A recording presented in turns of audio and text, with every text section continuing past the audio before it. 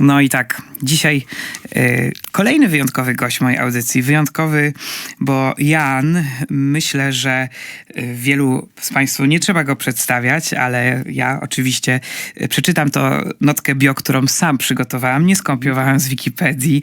Jan podbija międzynarodowe playlisty. Od lat tworzy swój wyjątkowy, autorski, emocjonalny świat.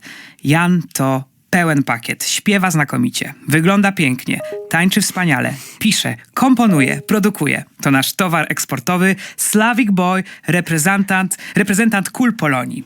Polski komercyjny widz usłyszał o nim przy okazji preselekcji do Eurowizji, gdzie wybuchł skandal po tym, jak komisja, nie zważając na wybór widzów, uniemożliwiła mu reprezentowanie nas na Eurowizji.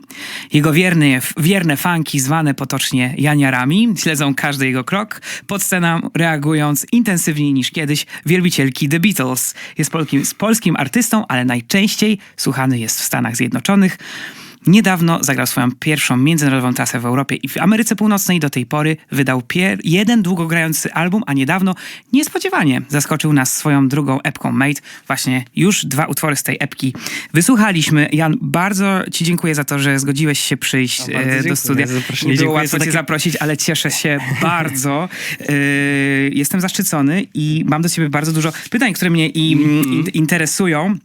Myślę, że też słuchacze są równie szczęśliwi. Ja wczoraj sobie włączyłem ten album, bo dla mnie ono już jest taką, jakby to jest mini album. Tak, nazywanie go epką to jest troszeczkę dla mnie takie... Made, tak? Made. Jestem zachwycony. To jest twój ulubiony album. Jest bardzo intymny i też właśnie pokazujesz właśnie na tym mini albumie, że dobra kompozycja działa w takiej najbardziej okrojonej wersji akustycznej, prawda? I jestem zachwycony, ale dobrze. Dzięki. Ja, zanim przejdziemy do tego albumu, tego, co się dzieje teraz, ja chciałam zapytać o twoje początki. Ja pamiętam, jak o tobie ja pierwszy raz usłyszałem. Twoja menadżerka Ania lata temu, jeszcze before pandemic, z czasy zarazy, puściła nam jakiś fragment twojej demówki. Nie wiem, co to było dokładnie, to było z jakimiś wielkimi chórami. I ja byłem taki... To było chyba The Letter. Możliwe, że to było The Letter, bo to było naprawdę tak dawno temu i jeszcze długo od tego czasu nic się nie ukazało. I ja byłem taki oszołomiony, bo nie byłem jakimś dużym fanem tych artystów, którzy byli podpisywani przez Fonobo, a ty byłeś takim pierwszym, mówię, wow, co za w ogóle artysta, jak się jaram, że on będzie właśnie w tej wytwórni. Moje pytanie jest takie, w jaki ty sposób trafiłeś do Fonobo? I dlaczego też ta wytwórnia? To był taki moment, kiedy ja właśnie przyjechałem w trakcie pandemii do Polski z Londynu i ja byłem kiedyś częścią takiego teatru muzycznego Od Czapy właśnie w Garwolinie, moim rodzinnym mieście, który prowadziła pani Ania Żachowska i mieliśmy jakiś taki reunion, takie spotkanie i jakoś gadaliśmy i ona właśnie mówiła, że żebym, jeżeli coś robię własnego, no to żebym jej podesłał, ona może gdzieś tam wysłać właśnie do wytwórni i to trafiło do Ani i to było właśnie The Letter. I potem właśnie zaczęliśmy rozmawiać, wysłałem też dywko i to właśnie stwierdziliśmy, że to będzie dobry początek. No i ta współpraca jakoś się dalej ciągnie. No to już jest trochę lat, prawda, że to nie jest tak... Ja pamiętam, jak bardzo zaintrygował mnie w ogóle też aspekt wizualny teledysku Promise. On fajnie zrobiony był takim dosyć prostym pomysłem, ale ile tam jest tych emocji, prawda, i takiej prawdy na ekranie. Ale twoja historia jest też taka, że twoja rodzina wyprowadziła się do Irlandii. Cała rodzina, tak? Bo ty jesteś bardzo takiej wieloosobowej rodziny. I dlaczego oni w ogóle dlaczego twoja rodzina postanowiła się wyprowadzić do Irlandii? A to po prostu tata dostał tam pracę, pojechaliśmy wszyscy i Tak, i tyle. To był który rok? 2015. A czy to były jeszcze Miałem takie 16 czasy, lat. kiedy na nas, Polaków, tak ci native Irlandczycy tak troszeczkę patrzyli jak taką niezbyt fajną konieczność? Czy ty czułeś się taki akceptowany przez rówieśników, bo chodziłeś do takiego, do szkoły, gdzie byli native ludzie, czy to było jakieś takie polskie coś? Nie, no ja chodziłem do St. Coleman's College w Newry. To jest no bardzo dobra szkoła. Byłem bardzo wdzięczny, że mogłem się tam dostać. I ciężko mi jest trochę mówić, bo ja nie zwracałem uwagi na takie rzeczy, bardzo byłem też zamknięty, w sensie to był taki bardzo dla mnie ciężki okres, bo okres nastoletni, 16 lat, ja wyjechałem, wszyscy moi znajomi chodzili do ogólniaka, a wszystko mi się po prostu życie przestawiało do góry nogami i byłem też taki bardzo zamknięty, nie miałem jakoś bardzo Tak, bo to jest znajomych taki okres, tam. gdzie się zaczyna takie duże dojrzewanie Tak. i zostajesz wyrwany ze swojego świata. Tak. Ja pamiętam, jak miałem 16 lat, byłem pierwszy raz w Londynie i ja nie mogłem totalnie zrozumieć tych akcentów, nie? Pomimo, że się uczyłem od 7 roku życia. Tak. A ty jeszcze musiałeś pójść do szkoły, pisać, mówić. Ale też robiłem jakby przedmioty, czyli takie jak muzyka, plastyka czy technika, które w Polsce nie są w ogóle poważnie traktowane. Więc musiałem nie dość, że nadrobić jakby wiedzę, którą oni już mieli od dawna, to musiałem ją jeszcze nadrobić w innym języku zupełnie. Ale jakoś przycisnąłem, miałem też ludzi, którzy bardzo dobrze jakby o mnie zadbali właśnie też od strony muzycznej, artystycznej, takiej rozwojowej. No i się opłaciło. Jakoś tak docisnąłem, że skończyłem z wyróżnieniem, więc... Ale potem był ten słynna szkoła BEAM, tak to się Tak, czyta? tak. Dobrze to przeczytam? Tom Tak. Odell chodził do niej, bo ona pochodzi z Brighton, prawda? Tak, ona jest teraz A ty byłeś, ale pierwsza była w Brighton, prawda? Tak mi się ale wydaje, ty tak. chodziłeś w Irlandii do tego BEAM? Nie, jest też w Dublinie, Aha. ale mi chodziło głównie o to, żeby być w Londynie, bo jeszcze miałem iść tak. na... Lipa to się chyba nazywa, Okej. czy w Liverpoolu. I to jest, tam jakoś moja nauczycielka muzyki sugerowała, żebym szedł, ale mi zależało na tym, żeby, rozmawiałem też z jakimś właśnie znajomym ze szkoły, który właśnie tam studiował, ale mówił, że i tak wszyscy jeżdżą do Londynu, żeby występować, żeby tam oczywiście. są kontakty. I faktycznie to największym atutem tego BIM-u, muszę przyznać, że było to, że był w Londynie. A co dała ci ta szkoła? Czego tam tak naprawdę się nauczyłeś? Jakbyś mógł powiedzieć, czego się nauczyłeś na tych twoich studiach na BIM-ie? No właśnie, tak jak mówię, największym atutem było to, że była w Londynie i po prostu był jakiś właśnie dostęp do, nie wiem, mogłem chodzić na gigi, było bardzo wielokulturowo, bardzo dużo przeróżnej muzyki tam w sumie. No, poznałem bardzo dużo muzyk, której słucham do teraz i która miała na mnie bardzo duży wpływ, ale też takie, jeśli chodzi o zajęcia i tak dalej, no to takie zajęcia jak music business, znajomość, czytanie umów, prawa autorskie, takie rzeczy, które no, są dużą podstawą.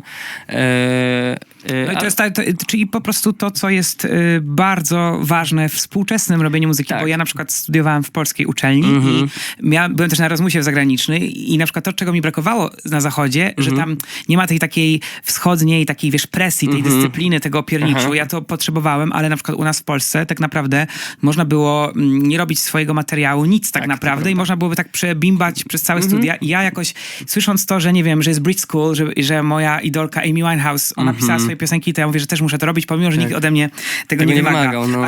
A komu ty zawdzięczasz swoje umiejętności wokalne? Kto jest twoim takim coachem? Bo ty, no wiadomo, że urodziłeś się z talentem wokalnym, ale słychać, że pracujesz nad głosem. Tak. Kto jest twoim guru?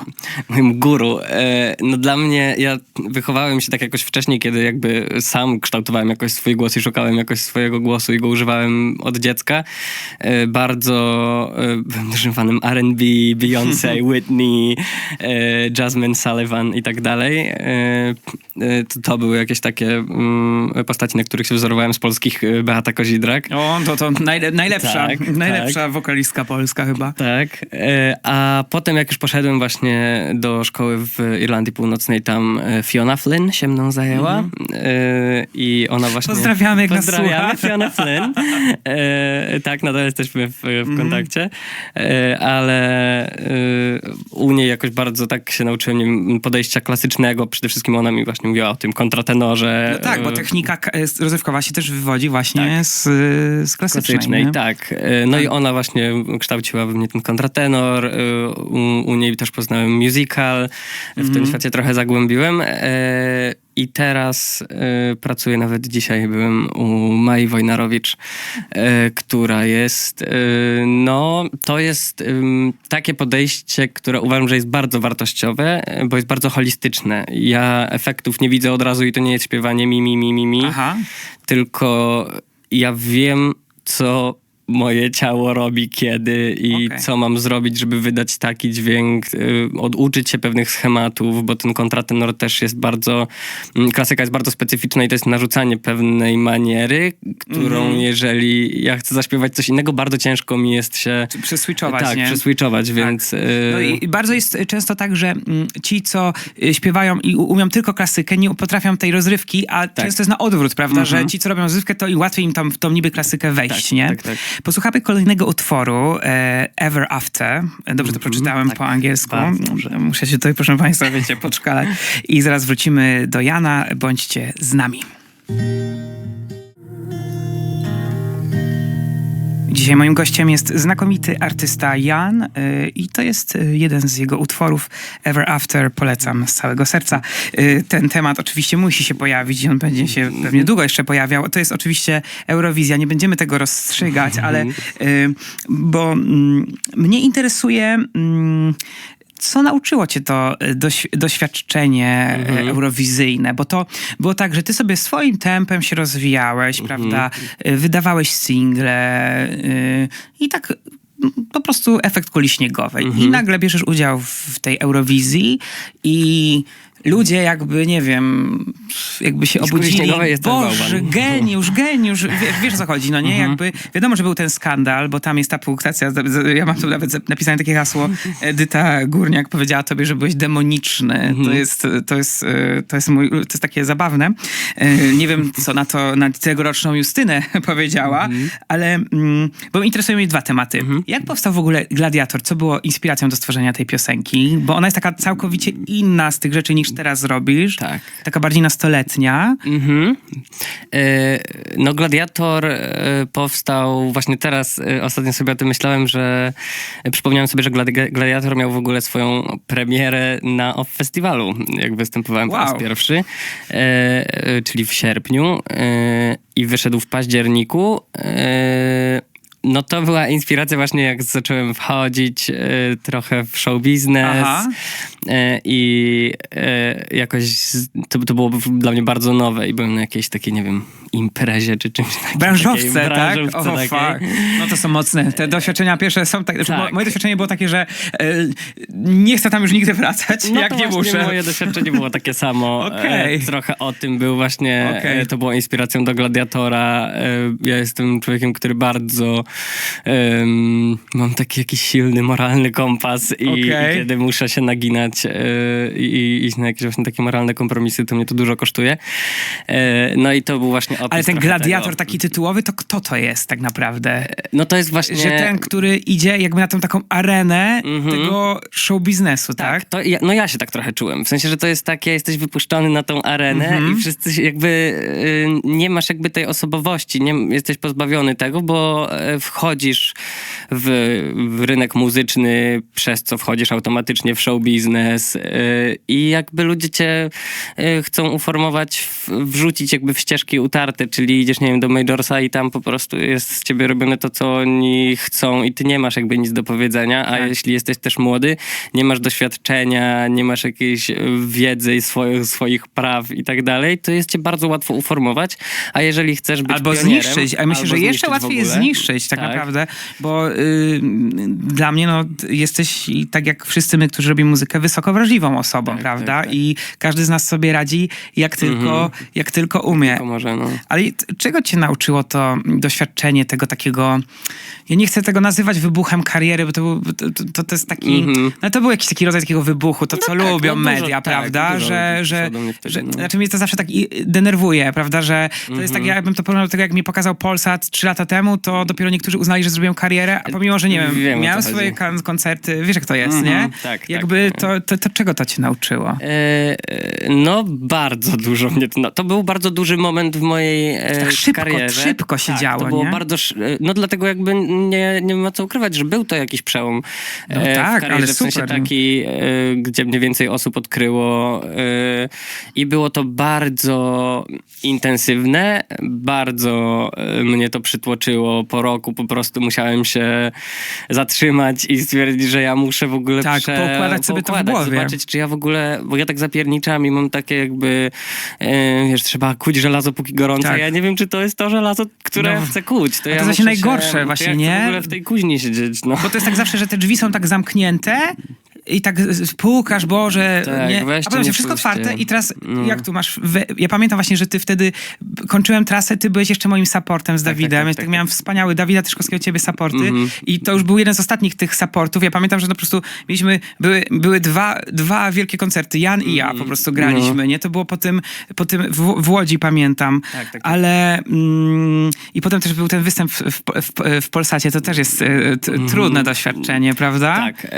Niby super, bo ja uważam, że świetny był ten występ, Tak, ale który? Bo nie- no ten na festiwal, Sopot Hit Festival, nie? Ale już tego nie powtarzałeś później. Nie powtarzałem, bo ja wyznaję ogólnie taką zasadę w życiu, że ja sprawdzam grunt i ja nie mówię nie, dopóki się nie przekonam.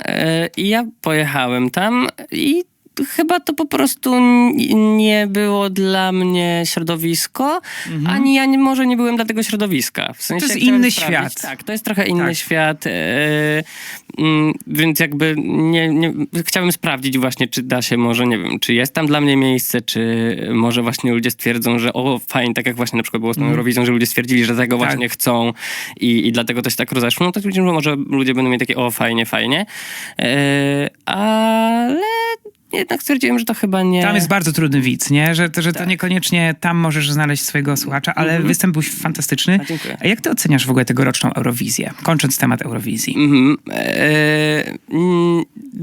Ja tak szczerze to trochę cieszę się, że nie wszedłem w to. Tak, że ten głębiej. cyrk, co nie? To jest cyrk, to w ogóle z tym to, że Izrael prawie wygrał jest przerażające i że on w ogóle może brać udział w tym, więc jakby od tej politycznej strony to, że w ogóle... Zakazują jakichś flag różnych, tutaj coś tam. Tak, no ale jakby Ale musimy muzycznie... muzycznie Justyna pytam. Styczkowska, No, she's a mother, she's a queen. so. Mother Queen. Dla mnie to było naprawdę świetne. W sensie to było tak, ona turbo całościowo w to weszła po prostu. Jakby wróciła po tych 30 latach, tak. Gdzie zresztą ten utwór sama to jest w ogóle dla mnie coś, co teraz Caroline Polaczek robi. To był w ogóle genialny, niesamowity tak. Caroline Polaczek, numer. taka wielka gwiazda właśnie. Tak. Ale wiesz co, oprócz Justyny, to kto był twoim faworytem? Tak muzycznie, bo na przykład moim Włochy, ja zachwycony Jezu, piękny jestem. był, tak. To pokazało, Piękny był że ten taka jest ta przebodźcowana ta Eurowizja, nie? Tak. Ale właśnie kurczę, no to jest bardzo trudny festiwal. Bardzo. To jest naprawdę, ale szacunek dla Eurowizji. Ja też chciałam pochwalić cię i pamiętam, że cię podziwiałem w to, jak wtedy ta Blanka została wysłana i tam próbowano cię tak podpuścić, żebyś tam coś pojechał po niej, a ty taką ogromną klasę zachowałeś, właśnie tak mówiąc, gratulującej tego. Gdzie wszyscy wiedzieliśmy, że ty powinieneś pojechać, no nie? Znaczy, Blanka tam super sobie poradziła, ale wiesz jak było, ale to mi się bardzo podobało. To taka inspiracja. Posłuchamy kolejnego utworu, Burns, dobrze to przeczytałem, będę się tak za każdą piosenką. Będzie można zaraz zadzwonić do studia i zadzwonić do Jana 510 357 357, więc szykujcie już telefony, a teraz słuchamy Burns.